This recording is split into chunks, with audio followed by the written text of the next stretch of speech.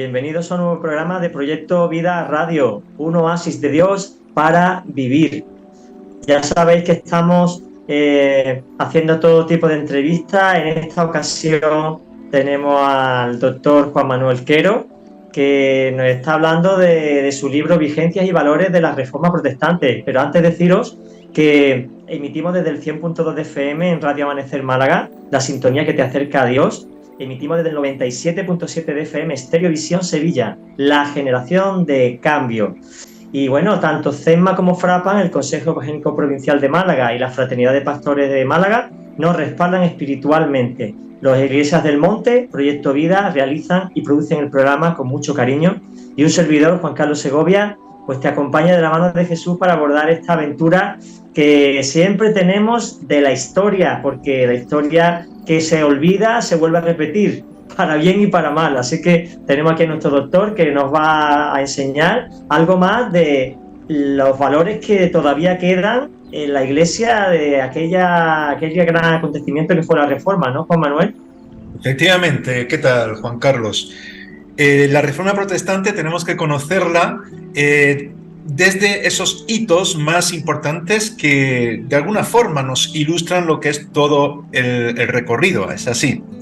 Y hoy, pues si te parece, podemos hablar de algo que no solamente fue un hito, sino que es una realidad que llega hasta nuestros días y que hace honor un poco al título de este libro de vigencias, porque sigue siendo vigente en muchos aspectos y un valor no solamente de la Reforma Protestante, de ese avivamiento que se dio en el siglo XVI, sino que sigue siendo una enseñanza de la palabra de Dios, de la Biblia. Claro. Hoy vamos a hablar sobre las 95 tesis famosas, ¿no? Por cierto, explícanos, que más de una no lo sabemos. ¿Qué es una tesis? ¿Por qué son tesis? Si eran simplemente principios, ¿no? O algo así. Bueno, aclarar en primer lugar que este documento que Lutero clavó en la iglesia, en la puerta de la iglesia del castillo de Wittenberg, la iglesia de todos los santos, no se titulaba las 95 tesis. Eso es algo que se le ha puesto después porque comprende 95 bases importantes que están en las enseñanzas de las Escrituras. Son denuncias, son, como diría, proclamación del Evangelio por escrito de forma muy resumida, muy contundente, y una tesis es una argumentación probada, es lo que viene a significar una tesis, es una investigación, en este caso bíblica, con un fundamento que prueba una realidad. Por lo tanto, eso es una tesis. Y se le llama 95 tesis porque tiene 95 artículos. Pero fíjate que el nombre, el título de este documento era, y es muy importante por lo que significaría para el poder de la Iglesia católica, apostólica y romana en aquel tiempo y el papado. El título era Cuestionamiento al poder y eficacia de las indulgencias. Ese era el No, título.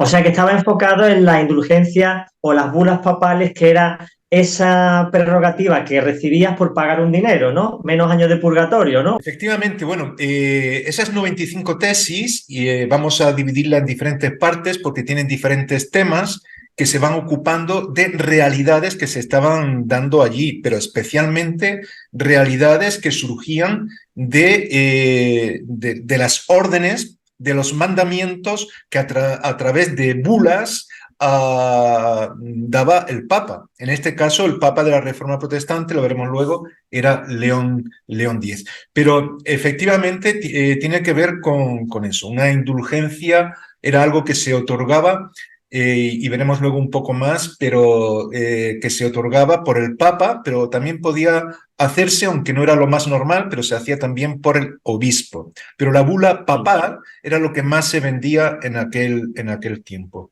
Vamos a ver luego que has dividido en 4 tipos de tesis, las 95 están divididas en 4 grupos, ¿no? Vamos a ver brevemente cada uno, pero te quería preguntar, ¿por qué el 31 de octubre colgó Lutero en la puerta de la catedral o de la iglesia esas 95 tesis?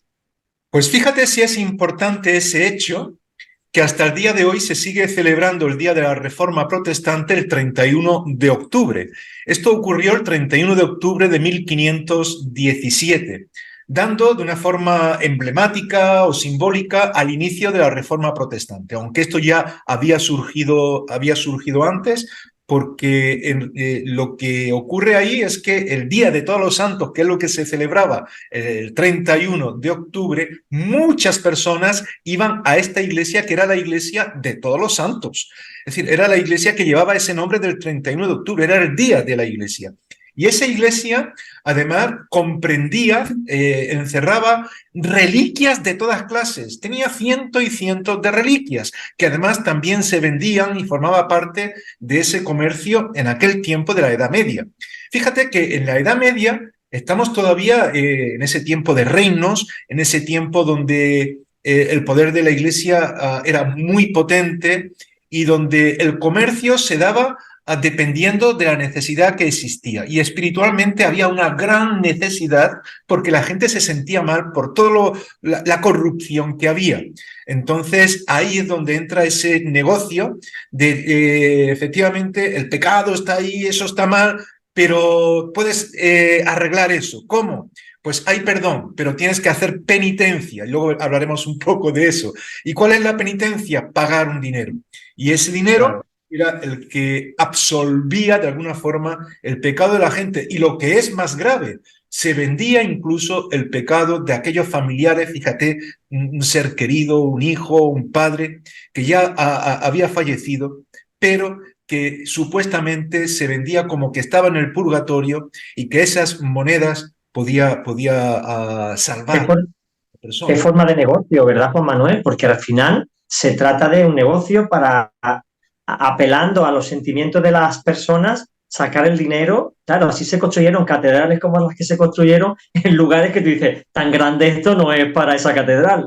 No, no, pero es que era un negocio increíble, porque la persona, en este caso el eclesiástico, tenía mucho poder. Tú fíjate que al ser vicario de Cristo en la tierra y quien absolvía o perdonaba los pecados en base a una penitencia que él mismo imponía, eso le daba una autoridad enorme, ya que él imponía la penitencia y él absolvía. Sobre todo cuando ahí había un respaldo del Papa y venía una bula del Papa bueno, y quien había un dominico que se hizo muy famoso, pero que representa a todos los predicadores de aquel tiempo de la Iglesia Católica, que iba con una cruz de símbolo papal y vendiendo estas indulgencias. Y decía él mismo que esta cruz que él llevaba tenía el mismo poder o más que la cruz donde murió Cristo. Madre mía. Y cuando echaban las monedas en el cofre que él portaba, digo él como de forma simbólica porque había otros muchos, decía que por cada moneda que sonaba cayendo en el cofre, un alma era liberada del purgatorio. Qué Enseñanzas barbaridad. tremendas que hizo a Lutero, pero no solamente a Lutero, porque mira, cuando Lutero clavó aquellas 95 tesis en la catedral de Wittenberg, ya estaba todo muy resquebrajado porque ya muchos predicadores del Evangelio, personas que habían creído en el Señor, precursores de la Reforma Protestante antes de que ésta se diera, ya habían escrito tesis también, ya habían hecho sus argumentaciones contra todas estas barbaridades. Se habían hecho muchísimas, ya estaba todo muy resquebrajado. Entonces digamos que simbólicamente aquellos pequeños golpes en aquella puerta para clavar estas 95 tesis hizo que todo ya se derrumbara, pero claro, había habido ese trabajo previo importante de otros muchos. La pena es que hoy todavía se siguen vendiendo reliquias y hay muchas personas que se aprovechan de la necesidad de la gente para imponer lo que ellos quieren, haciéndoles ver que ellos tienen autoridad para que sean perdonados. Y eso es algo que corresponde solamente a Cristo, no a los Claro. hombre. Juan Y esas son las tesis. Juan Manuel, eso explica por el interés que tenía la Iglesia Católica en que la Biblia no se revelara, no se escribiera en lengua vernácula, en el idioma común, porque se pretendía tener el control de la revelación para que otro dijera, no, perdona, eso no es lo que dice la Biblia dice otra cosa. Entonces, así mantenían el control, con la falta de información y apelando a la debilidad humana. Es terrible, es mafioso. Además, fíjate que estas declaraciones tan fuertes que atacan directamente todo esto, en el libro de Vigencias y Valores expongo también las 95 tesis, estudiándolas por partes, y la verdad es que aparece cómo Martín Lutero en este caso denuncia todas estas cosas, pero de manera muy, muy directa. Pero esas 95 tesis, que no se titulaban así como hemos dicho antes, no solamente se clavaron ahí, se publicaron en diferentes lugares y empezaron a circular por muchos sitios. Por eso la importancia que tuvieron para desencadenar todo lo que vamos a ir hablando. Fue estratégico el poner el día 31 de octubre esas tesis en la puerta porque era el día en que todo el mundo iba a pasar por la puerta y ver dos papeles, me imagino que no serían folios pequeñitos, que serían grandes pergaminos, pues eso llamaría muchísimo la atención, o sea que tuvo un carácter estratégico y bueno, y produjo, como tú dices, un revuelo, ¿no? Porque claro, cuando todo el mundo empezó a leer aquello, empezaron a abrirse los ojos. Bueno, es interesante, por cierto, que la catedral, perdón, la puerta original de aquella iglesia se quemó, ya no existe, pero se hizo una puerta de bronce, en este caso, que no se puede quemar, con las tesis, con las 95 tesis de Lutero, que cualquiera que vaya ahora a esta iglesia las podrá ver grabadas en la puerta de bronce, para que todo el mundo pueda verlas. Ahora, Qué bueno. sí es verdad que estaban en latín. ¿Por qué estaban en Ala. latín? La mayoría de la gente no sabía leer en aquel tiempo, ni latín ni lengua vernácula, es que no sabían.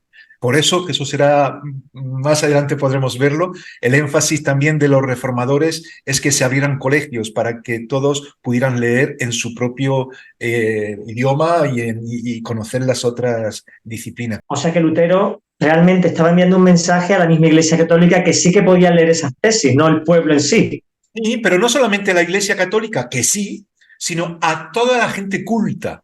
Porque normalmente los cultos, sí que, es decir, los que tenían dinero para pagarse la escuela, estudiaban latín, era algo importante para leer a los clásicos, para tener entrada a todo ello. Y ahí quienes iban a ver todo esto era gente de un nivel bastante alto, lo que significaba que se iban a recuestionar todo lo que ellos habían entendido. Ahí iban a entrar monjas, sacerdotes y otras muchas personas de diferentes Claro. lugares que tenían cita en esa iglesia el 31 de octubre. Y eso hizo que, bueno, se movieran los cimientos que ya se estaban moviendo, pero con ese empujón comenzaron una nueva etapa. Vamos a ver brevemente, si te parece, porque el tiempo va pasando rápido, las cuatro, digamos, grupos de esas 95 en las que tú has dividido. Podríamos ir viendo una por una y haciendo una breve reseña del por qué las has agrupado así. ¿Te parece? Perfecto. Vale, en primer lugar, decir que quienes quieran ver los detalles tienen el libro a su disposición. Tanto lo Por pueden pedir supuesto. que tengo en stock, como también está en Amazon, en librerías y lo pueden conseguir fácilmente. El primer grupo que he hecho son los primeros 4 artículos. ¿Por qué? Porque hablan muy directamente de la restauración. ¿Cómo restaurarse? Pues mira, Lutero enseña que efectivamente que tenía que haber penitencia, pero claro, la Iglesia Católica había enseñado la penitencia como algo distinto. Se basaban en Marcos 1.15. ¿Sabes qué dice Marcos 1.15? Arrepentíos, porque el reino de los cielos se ha acercado. Pero claro, la Vulgata, la Biblia de Jerónimo, San Jerónimo, que es en latín y que usaba, era la Biblia oficial de la Iglesia Católica, la única que se podía además leer en aquel tiempo por quienes conocían el latín, lo que traduce no es arrepentíos, sino haced penitencia, porque el reino Ajá. del cielo se ha acercado. Entonces, claro, esa penitencia ellos la interpretan como algo muy diferente. Es lo que estábamos diciendo, se aprovechan de ese mercado de la religiosidad para decir, bueno, eso es que hay pecado, señalan el pecado, y para cambiar la situación tenéis que hacer penitencia. Y si la penitencia es pagar tanto, y yo entonces te absuelvo, que estoy aquí en el lugar de Dios para decidir lo que sea. Claro, Lutero va en contra de todo eso. Y dice, penitencia no es eso. Penitencia, y ahí está en los primeros artículos, es una vida constante acorde a lo que Dios quiere, arrepentidos de lo que hemos hecho sin tener Claro. nuestra vida. Y habla de un giro totalmente, es un giro de 180 grados. Y utiliza ese término de metanoia, un cambio de mente, un cambio de vida, algo que solamente podía ser Cristo. Y habla ahí, efectivamente, de que el único que puede perdonar en base a ese arrepentimiento, no a una penitencia de obras que yo haga, sino a ese arrepentimiento, es Cristo. Y cita a Primera de Timoteo 2:5, que dice que no hay otro mediador entre Dios y los hombres, sino Cristo Jesús. Amén, amén. Hablas también en un segundo grupo donde dice el papismo y el prelado frente a las indulgencias y los difuntos. Algo ha hecho referencia anteriormente, ¿no? Sobre este grupo que va desde el 5 al 29. O sea, hay un buen aparato de tesis ahí, ¿eh? Porque ahí Lutero empieza a hablar directamente con el Papa y empieza a decirle una serie de cosas. El Papa, que en aquel tiempo era León X, el Papa que pues, estaba en ese tiempo de Lutero cuando clava las 95 tesis, que le va a excomulgar, etcétera, etcétera, pues era de la familia de los Médicis. La familia de los Médicis, porque en aquel tiempo aquellos que accedían también al trono papal, digamos, eran personas no cualquiera, sino de familias muy poderosas. Y los Médicis eran mecenas, además, porque vivían en la opulencia, y así es como quiso vivir, de hecho, León X, en opulencia, dispendió un montón de dinero para rodearse de lo mejor. Y es verdad que incluso pagaba a artistas, por eso este papa era un mecenas en este sentido, desarrolló un mecenazgo para bueno, no solamente construir la cúpula de la Basílica de San Pedro en Roma, para lo cual se vendían tantas indulgencias para invertir ahí, entre otras cosas, también para la cruzada turca que había en aquel tiempo, para pagar, pero también para toda aquella opulencia que, como digo, de lujo existía. De hecho, bueno, déjame que lea algo, porque Pico de la Mirandola, que aquellos que estudian filosofía, este filósofo es muy importante, un filósofo latino, italiano de aquella época.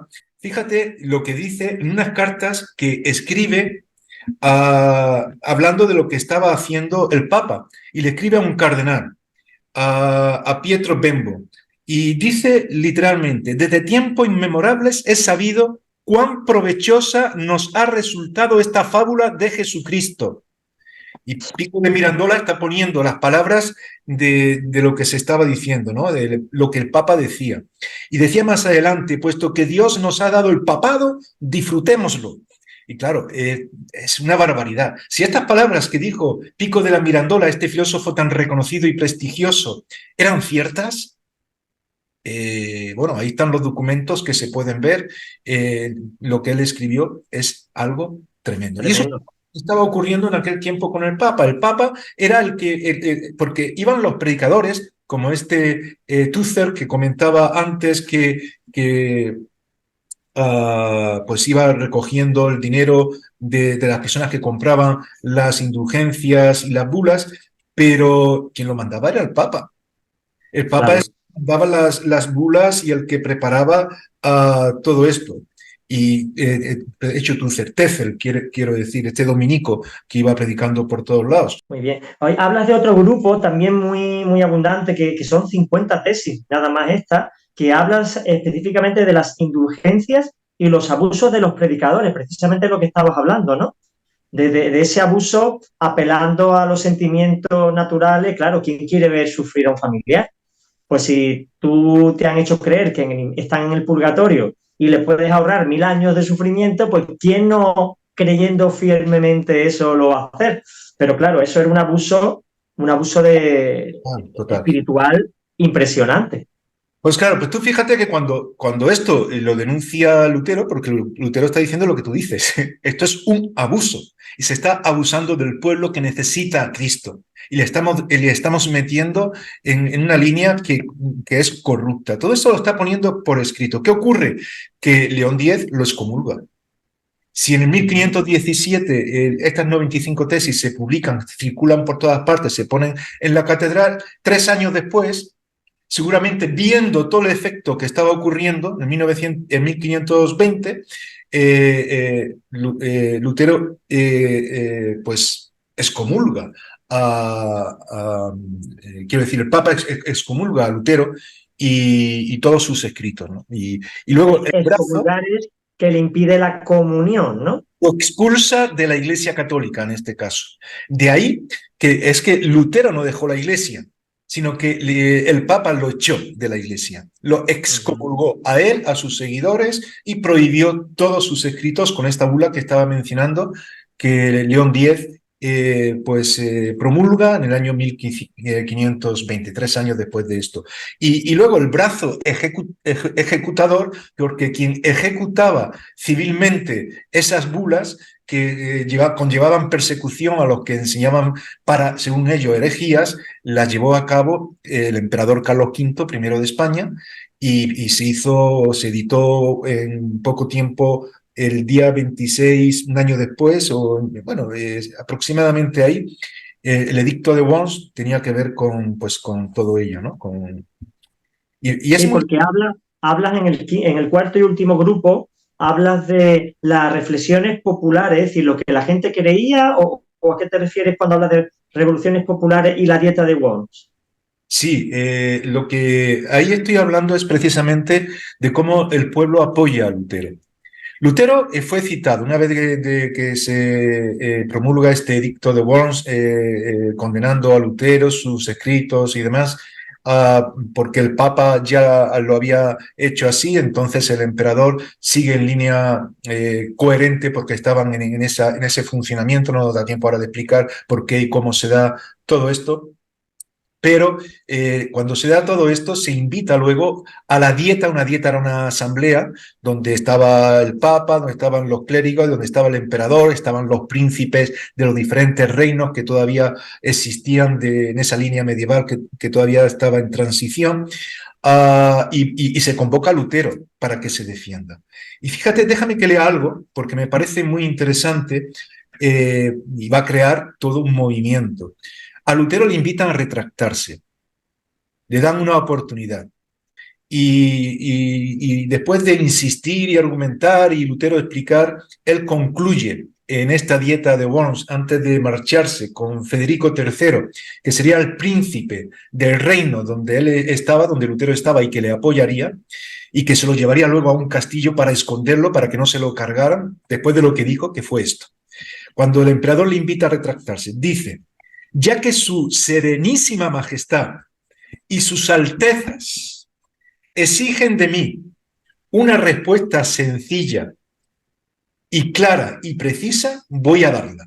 Y es esta: yo no puedo someter mi fe ni al Papa ni a los concilios, porque es tan claro como la luz del día que ellos han caído muchas veces en el error, así como en muchas contradicciones consigo mismos. Por lo cual, si no se me convence con testimonios bíblicos o con razones evidentes, y si no se me persuade con los mismos textos que yo he citado, y si no sujetan mi conciencia a la palabra de Dios, yo no puedo, ni quiero retractar nada, por no ser digno de un cristiano hablar contra su conciencia. Heme aquí, no me es dable hacerlo de otro modo. Que Dios me ayude. Qué valentía, ¿eh? Qué determinación. Delante, Todo un imperio detrás tuya para destruirte, pero tú te mantienes firme, que honra al Señor, ¿verdad? es increíble. Y ahí es que, claro, pues sale, y cuando salen dan orden de que lo cojan, que lo metan en la cárcel, y es cuando Federico III manda que lo oculten, lo ocultan, se lo lleva a un castillo, y en ese tiempo que está Lutero en el castillo, ¿qué hace? Traducir al alemán el Nuevo Testamento, No pierde el tiempo. escribir himnos como Castillo Fuerte es nuestro Dios, para impulsar a la iglesia. Y bueno, y de ahí es que hoy día incluso en Worms, donde se le condenó, donde se tuvo esa asamblea, esa dieta, hay un monumento enorme del protestantismo, de la reforma protestante.